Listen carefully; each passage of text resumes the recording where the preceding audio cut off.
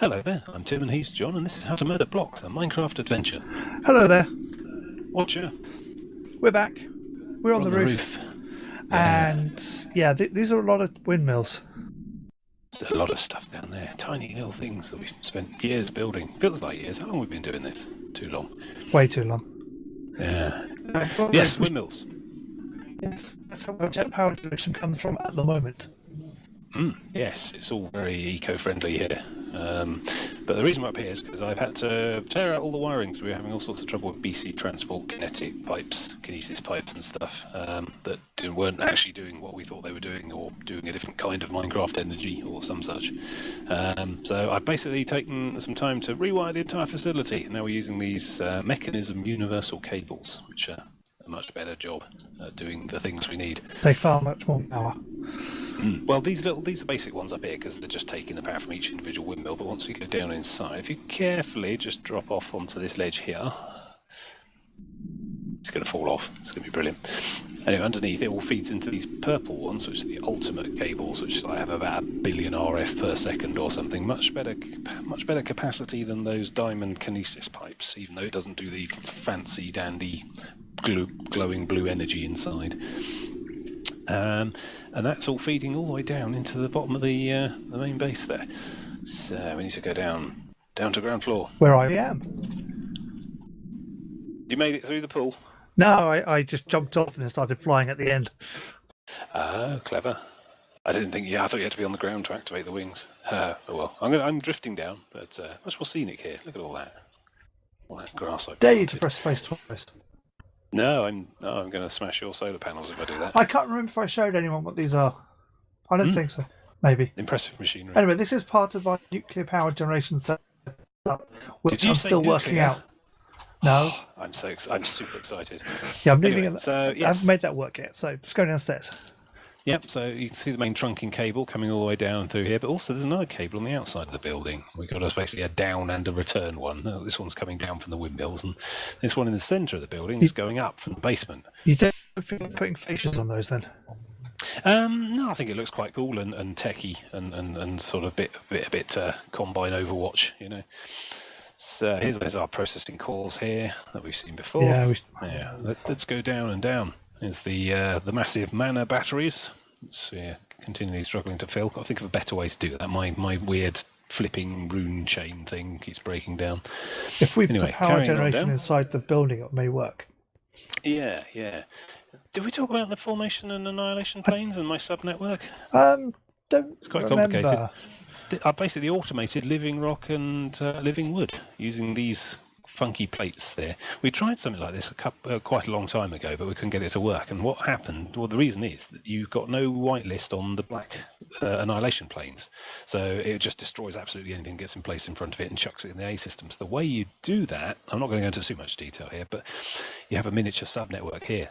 This box is a whole AE system all of its own, and then you use various export buses and stuff, and clever work with this cell workbench and the ME chest to filter storage. And basically the clever thing is these black plates will only break blocks if there is somewhere to put what they've broken. So you make sure that the only space in the entire miniature subnetwork here is inside this box here with filtered cells and so on. It's a little bit fiddly. You can look up how to do it, but we cracked it. So basically, and then I've done something clever here with the level emitters, these two little sticky outy bits.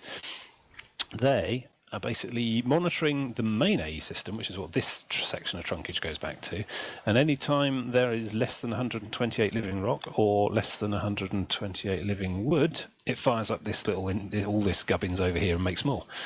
So, but then once the stock goes over 128, it stops, which is why it's doing nothing at the moment because we've got plenty in storage. So that basically is automated resource creation, and you can apply that principle. If you come down one deck, we shall see I've set up a bloomery furnace. This is a much more simple variant. Huh? You took a load out. Yeah. Is it placing? Yeah, there you go. Push, Yeah. pop, pop, pop, pop. That'll sit there. You got a pure daisy in the middle, like normal Britannia, and that'll eventually. But notice it's not destroying those stone blocks immediately and taking them back into the system, which is what the original problem was. Now it's waiting. It's quite careful. And if I can talk and fill for a bit. How was your day? It is quite eventful. Yes. So, what about that? Then Brexit, say. So you got the little daisy in the middle. You can see the sparks flying out, but that'll turn into living rock, and as soon as it does, they'll go bottom vanish because the annihilation plane will go, oh, hang on, I can store living rock, because it's only the annihilation planes have only got access to this chest, and this chest is isolated from the main AE system through a series of buses and so on, storage buses. Series of tubes. A series of tubes, yeah. You see, notice this little linkage here, the quartz fibre. That's not a data connection. It only provides power. There's no channel. Oh, there they go. Yeah, pop, and it immediately places new stone, and off it goes again. And that'll keep doing that until the main system's built up 128 living rock. Yeah, the main system's got more than 128 living rock now. Yeah, there's a certain amount of lag and buffer because it stocks up the interface. I should probably fill it with potatoes or something. I understand that's a thing. Anyway, down here, one level below, we've got this here, preliminary furnace, standard piece of garden stuff kit. You put sand and iron in there, and charcoal. Has to be charcoal, not coal. And out comes wrought iron. Ow. So that's doing nothing at the moment because, again, you see the little level emitter there, the interface, 256 wrought iron, and that's all connected through to the main interface. Now, this doesn't need to be a separate sub-network because we don't have any annihilation planes going crazy. This is just a simple box with inputs and outputs. So you put, I think the one on the bottom feeds it charcoal, the one on the side feeds it sand and iron ingots. I think possibly the one on the side takes out the raw iron. The one on the back feeds it sand and iron ingots, but it'll only do so when this light is on, and this light only comes on if there's less than 256 wrought iron in the main system. The reason it's doing wrought iron because that's the intermediate step before steel, and steel's something we always have trouble keeping on top of. We really do. Pretty much everything uses it and takes ages to make. So let's go down another floor. This is the water and lava generation coming from Thaumcraft now. I've put some safety glass on here so you can't fall lucky. down. Yeah.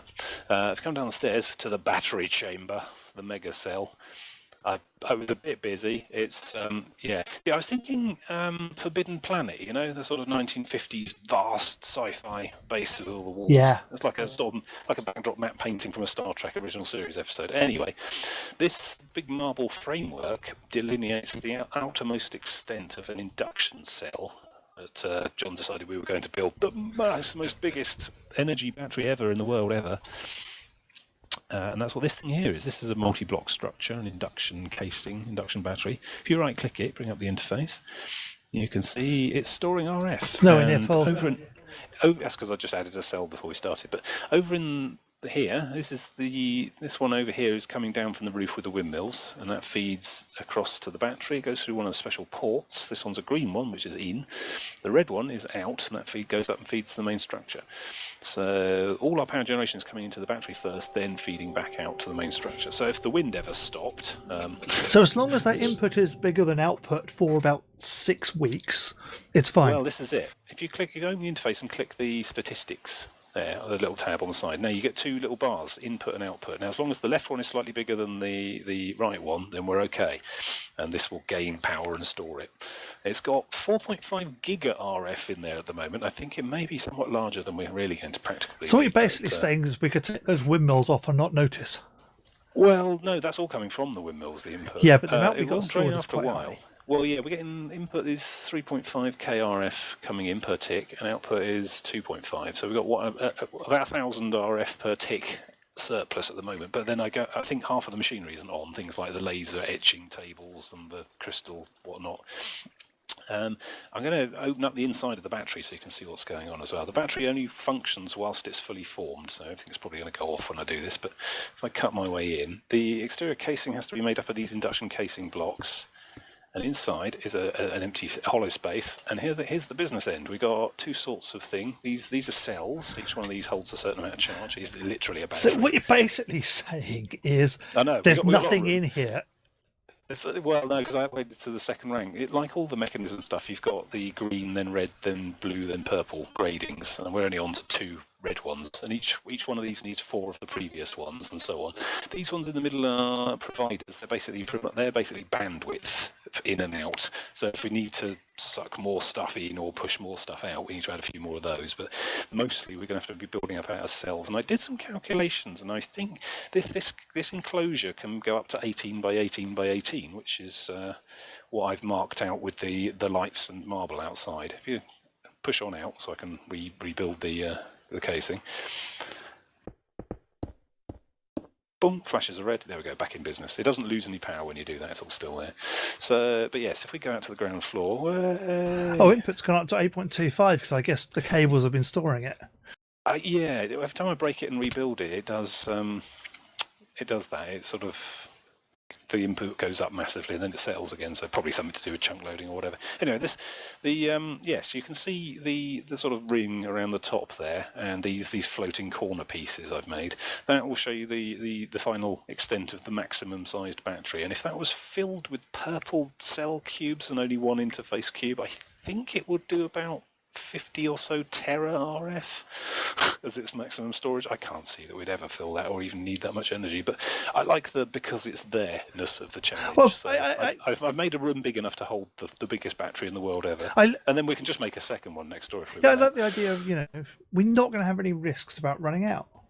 No, I mean, when extending the battery, it has to be a rectilinear sort of cuboid shape. So if you were going to make the casing bigger, you'd have to do a whole side at a time. Yeah. You can't just stick a few blocks on the side. It has to be that kind of shape. But yeah, so I mean, there's just the two of us, and we're basically just running like furnaces and stuff. So I'm wondering if there's like some massive like mega laser we can blow the moon up with, or something that would actually use all this power. But there we go. Oh, I've also solved another problem. The RF, the P2P tunneling I was talking about before. I figured out how to do it with energy as well, RF. The trick is not to use the stupid BC transport kinesis pipes. The universal cables will plug straight in, and so now one of the channels in the AE system itself can provide power outwards as well. I think it's easier at the moment just to keep using the cables we've got, but if you only had a data channel in a remote location, you could still pull proper power out using one of these tunnels and the appropriate card. So I was quite pleased with that, and I did little test science 1 floor up. Here we go. This one's an output RF tunnel, and that's filling this energy cube just as an experiment. So there we go. I was quite pleased with all of that. There's lots more to show you elsewhere as well. What have you done? Anything? I've been trying to work on nuclear power. I'm not there yet, so we're ignoring it. Oh, you're running your own little Manhattan project there. Jolly good. Do you want to see my trees? Guess so. Everyone needs a hobby. I can't be, completely rewiring and fixing the energy problems all the time. So I've created a new area over here. Swoosh, flying is the future.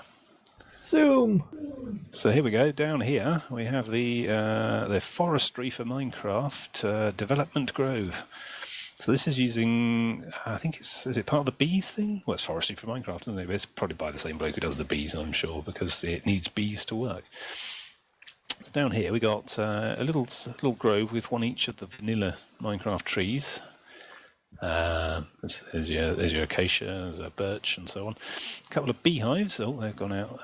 I will warn you, these are the angry, poisony bees. Okay. So be ready to run. I need to restock you can probably automate this as well, but basically while the bees are active and doing their thing, they start to pollinate nearby trees as long as they're trees of the forestry type.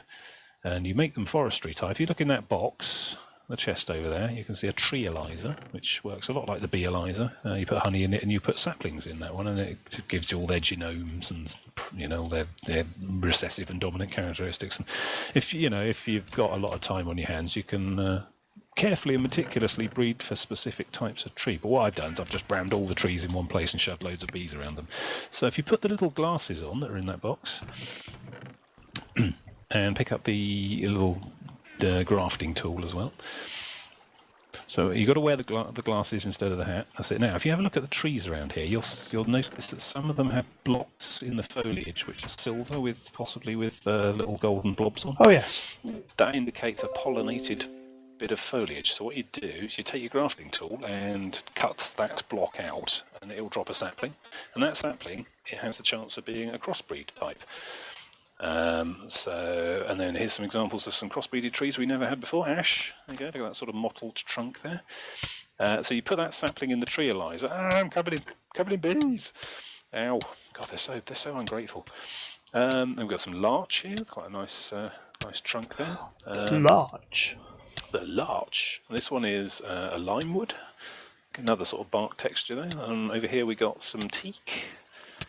Presumably they all have different coloured woods for building wooden things out of, so you can start to decorate and get quite cosmetic with it all.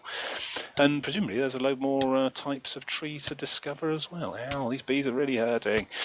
I've got to move the hives out a bit so it spreads out a bit more and we get more cross-pollination. But I honestly don't know how many breeds of tree there are in this mod pack, but by basically planting them near each other and letting bees do the pollination and then using those widgets to dig off the pollinated foliage, you get saplings of other types. Excellent. And there's functional aspects too. You can make apples grow off of jungle trees, that kind of thing. You end up with crossbreeds and hybrids, or dark oaks that don't need to be placed in a 2x2 that only need a 1x1, that sort of thing.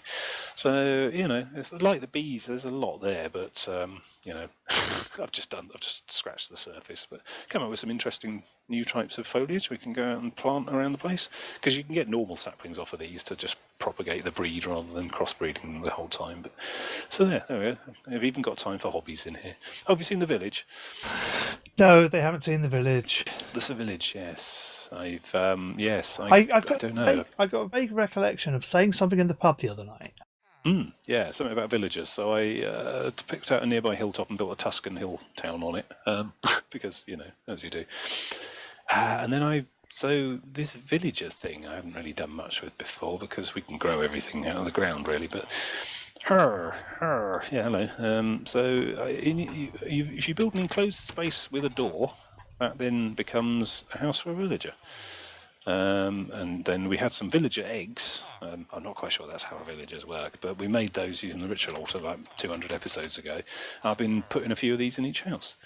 And now these villagers allow trades. If you right-click them, they'll tell you what they want and what they'll give you. This one will take 24 oak wood and give us an apiary in return. It's obviously some sort of beekeeper.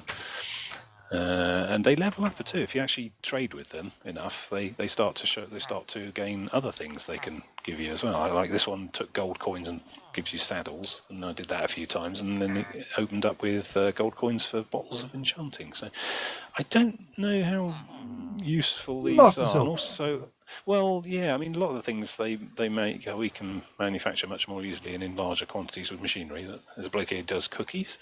I've tried to put little signs. Actually, the bloke who does cookies may have been a fairly early casualty. See, the problem is that I built this village on top of a very steep mountain with not much in the way of handrails, so I suspect we've probably lost a few villagers by now. But, it's fun being a little architect there and building the occasional villas and things. I'm going to extend that across the top of the hill, turn it into a proper little fort, maybe more gardens, a few trees in here perhaps. Oh God, one of them's out. Don't fall off. It's the saddle maker. Anyway, we've got lots of villager eggs we can repopulate with once we've put safety rails in. I don't think they fall off on their own, but it's a dangerous place. So there's another hobby I've had. Oh God, look, he's going to jump. Oh no, it's right. I think he's hit one of the few fences I've got here. I put an AE terminal up here, but it's so far away from the main system that it constantly switches off. I think that is a distance thing. I saw problems like that with the one in my Thaumcraft building as well. Yeah, and the Thaumcraft building is over there, so... Yeah, this is even further away, and this one's off even more of the time, so I think it is literally a distance thing. Also, another problem, I kind of built the stupid thing at cloud level as well. So, I turned clouds off. Half the time you can't really see what you're doing, yeah. Oh look, there's a villager halfway up the mountain, like a goat. Which one are you? Oh, he's the one that sells paper and gives emeralds, and then takes emeralds and sells compasses. Yeah. And there's another one of my. Okay, yeah, they do sort of survive. Oh, he's the magician one. Yeah, he takes what does he take? Emeralds and sticks and gives out profane Thaumcraft wand and a wand focus for diamonds and emeralds. So yeah, there's lots of. I can see them being sort of useful. There's a Britannia rod you can use that works like the gravity gun from Portal. You can pick stuff up with it, creatures like sheep and things. I need to make one of those and start ferrying these villagers back to their homes, because it looks like they can't actually escape from where they are anymore. Yeah, handrails. Anyway, so there you go. That's what I've been doing. And you've been doing something that sounds very exciting to do with nuclear reactors. I'm looking forward to that. You haven't explained the rest of your stuff in the Thaumcraft. Thaumcraft, yeah. I'm not sure what's new here, really. We're much more stabilised in Downstairs. here. Downstairs. The crystallisation array. Yeah. Yeah. I don't know if I've seen this or not, shown this one off, but basically these are Essentia crystallizers. So they'll take the Essentia stuff that normally you have golems porting jars around. Hello, chaps. Oh, you're full on the green, are you? Let me empty that one for you. Need to come up with a system to void those better. But yes, what you can do is you can pump those into the little spinny crystal things, and they then turn the special magic fluid into solid things you can store in an AE system. For example, there's a load of pipes on the back that are just ferrying those little shards, you see them there, that go off into the AE system. So every so often I'll just chuck a load of stuff in this box and it breaks it down into magic, but then we can use those crystals back in the furnace later to get the particular kind of fluid we want. And there's my little straw golem. Yeah, he's filling up the coal. I like my golems. They're going to take over the world. So that's all ticking along nicely. It helps to have huge bottles of the various fluids when you want to suddenly use this to make something awesome. And then I made a thing over here that I don't know what it really does. So that's good. This pedestal thing in the middle is made out of materials we found in that terrifying labyrinth place. And what you do is you put your wand or rod or whatever in there. It absorbs the mana into there. Once it's got 70 of each, it then does a thing to the node that you've placed on the top. I put a node up there. And this one has gained two aspects because it's stealing them from nearby node here. What I believe it does, I don't really know, to be honest. I'm very much banging on the magic and hoping something awesome will happen. I think it lets you change the properties of a node and improve them, hopefully. So that's normal, growing, and pale. The growing is new. I think that means it then can absorb nearby nodes and gain power. So it's storing 95 black now. Yep. That has gone up. That was only about 30 when I started. It was 30 order and 30 Perdito, Chaos. It's about 30 of each when I started, and I've basically used the rod to charge it up a few times, and each time it hits 70 of each colour, this goes nuts on the top. And I think it's also absorbing from this one here I put on the ledge as well. So the idea being is that I'm going to make a perfect node with like 1,000 of each colour, and then I can use it to power all sorts of stuff and destroy the universe. Or I suspect you may run out around 255 or even 128. Yeah, well, it's interesting. This was something that essentially became unlocked because we went off into that labyrinth world and pickaxed a load of stuff to make this pedestal. It's made out of stone that can only be found in there, so I thought that might be useful. It might unlock some more stuff in my greyed out hexagons in this book here, but I'm still missing stuff. There's still things I can't do in this book, and I'm guessing it's something to do with that labyrinth. That's the most recent thing we've done there. So I think for Thaumcraft we're going to have to go into that labyrinth and use this weird stone thing we found, which we did in the end. Yeah, we need to find out where we got to go. This rune tablet, we use it to open a door and that gives us a fight or something. I don't know. I've got a horrible feeling it's yet another tedious boss fight in a game I mostly do because I enjoy crafting. Still, over to you. How are you? What are you working on? What's the next thing? Or is that too much talking already for today? That's too much talking already for this episode. I do that. I managed to do an entire episode of just recap again. I'm impressed. Oh well, got to keep busy, haven't you? So join us next time when we're going to go off and do a quest. In fact, we're going to go exploring. Hurrah! So see you next time.